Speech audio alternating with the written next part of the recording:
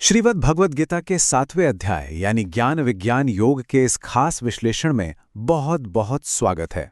अगर सच कहूं तो यहाँ प्राचीन ब्रह्मांडीय ज्ञान को जिस तरह से एक बिल्कुल स्पष्ट और लॉजिकल रोडमैप में बदल दिया गया है ना, वो वाकई कमाल का है। तो चलिए बिना किसी देरी के इस गूढ़ दर्शन की गहराई में गोता लगाते हैं। अब देखिए, इस सफर में हम मुख्य रूप से 5 बातों पर गौर करेंगे।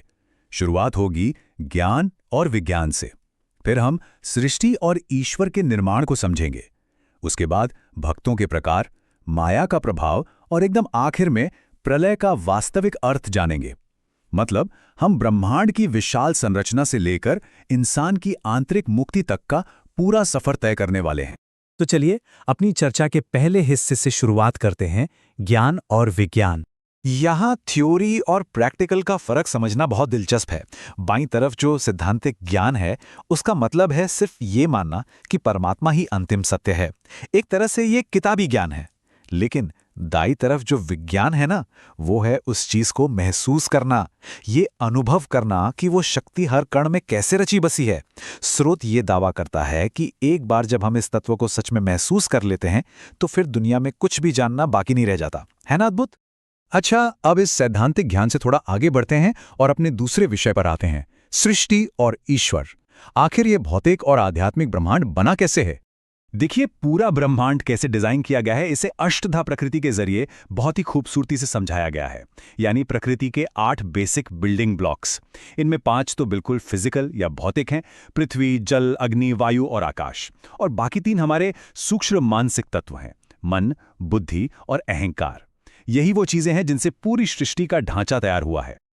लेकिन रुकिए, कहानी सिर्फ इन 8 तत्वों पर खत्म नहीं होती, बल्कि यूं कहें कि असल कहानी तो अब शुरू होती है। यहीं एंट्री होती है परा प्रकृति की। ये वो परम चेतन ऊर्जा है जो इन भौतिक और मानसिक तत्वों से बिल्कुल अलग है। आप इसे एक स्पार्क समझ सकते हैं, जो इस निर्जीव ढांचे में प्राण फूंकती है और पूरी दुनिया को चलाती है। अब ये ऊर्जा काम कैसे करती है और हर चीज में कैसे मौजूद है? स्रोत में इसके लिए बहुत ही सुंदर और गहरे रूपक दिए गए हैं। जैसे पानी को ही ले लीजिए। प्यास लगने पर पानी में जो रस या स्वाद मिलता है, वो ईश्वर है। जरा सोचिए, पानी का मूल स्वाद ही उस ईश्वरीय उपस्थिति का साक्षात प्रमाण है। और बात सिर्फ पानी तक सीमित नहीं है। सूरज और चांद को देखने पर जो रोशनी आंखों को सुकून देती है ना, वो चमक, वो प्रकाश भी असल में ईश्वरी है। मतलब उन विशाल खगोलीय पिंडों के पीछे भी उसी सर्वव्यापी शक्ति की रोशनी काम कर रही है। और ये लिस्ट और भी लंबी है। ये परम शक्ति सिर्फ प्रकृति में नहीं है।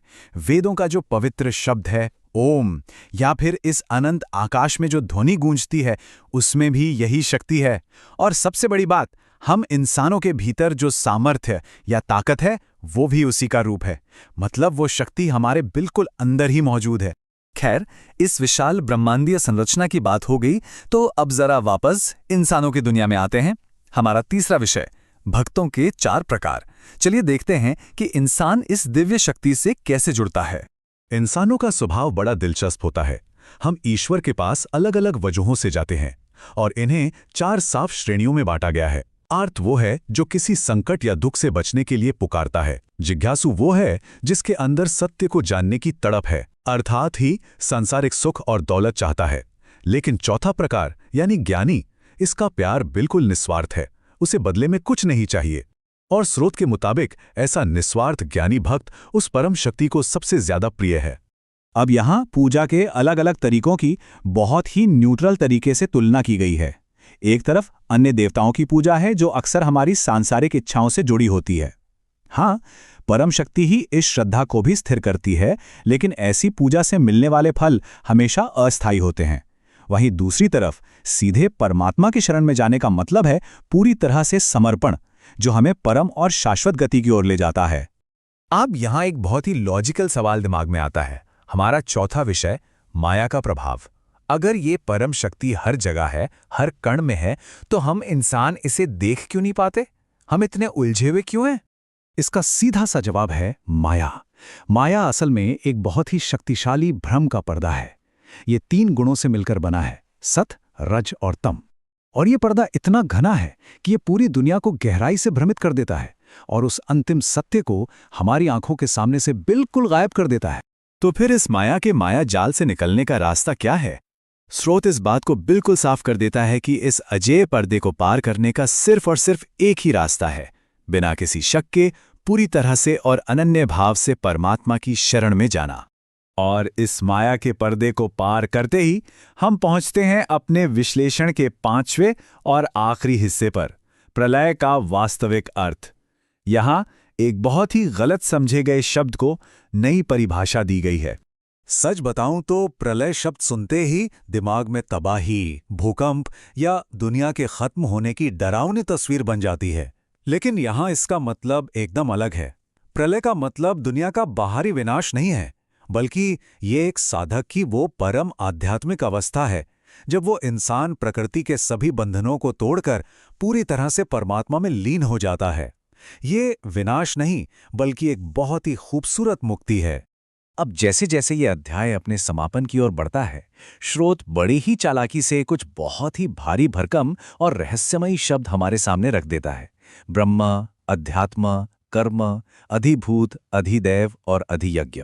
ये सारे शब्द बस यूं समझ लीजिए कि अगले अध्याय के रहस्यों को सुलझाने के लिए हमारे दिमाग में बीज बोने का काम कर रहे हैं। और एकदम आखिर में ये पूरा दर्शन हमें एक बहुत ही गहरे और झकझोर देने वाले सवाल के साथ छोड़ जाता है। मृत्यु के समय भगवान का स्मरण कैसे हो? ये एक ऐसा सवाल है जो आगे के रहस्य को जानने की उत्सुकता को चरम पर पहुंचा देता है। इन शक्तिशाली विचारों को समझने का हमारा आज का सफर यहीं पूरा होता है, लेकिन ये ज्ञान निश्चित रूप से हम सभी के लिए गहरे चिंतन का विषय है।